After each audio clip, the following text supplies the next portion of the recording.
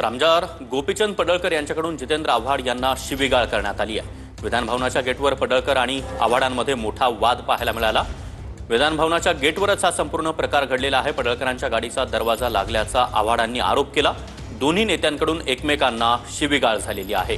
तर ही दृश्य देखील समोर आलेली आहेत। आमदार गोपीचंद पडळकर यांच्याकडून जितेंद्र आव्हाड यांना शिवीगाळ। तर गोपीचंद पडळकर यांच्या गाडीचा दरवाजा लागला असा आरोप जितेंद्र आव्हाड यांनी केलेला आहे आणि याच घटनेनंतर दोन्ही नेत्यांनी एकमेकांना शिवीगाळ केल्याचं कळतंय।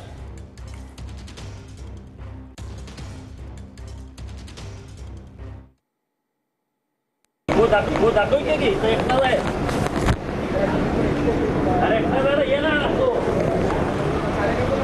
काम किती बघतो ना ये एकटाच आहे ना मी तुझ्यासारखी अशी कुत्री घेऊन फिरत नाही। कार्ड काढून घे मग दाखवतो। तो हा काय बालिशपणा आहे। त्यांनी दरवाजाला लाथ मारली, तो दरवाजा आम्हाला दोघांनाही लागला। आता याच्या छोट्या गोष्टींकडे कोण लक्ष देतो म्हणून मी पुढे आलो। आम्ही काय मुंबईत राहिलो आयुष्यभर, काय काय कुठली पद्धत आहे नंतर शिव्या द्यायच्या? काय कोण शिव्यांना ऐकतो? कोण शिव्यांना ऐकतं? कशाला दरवाजा आमच्या दोघांवर घालायचा? कशाला गाडी आमच्या अंगावर आणायची? व्हिडिओमध्ये सगळं दिसेल ना काय झालंय ते।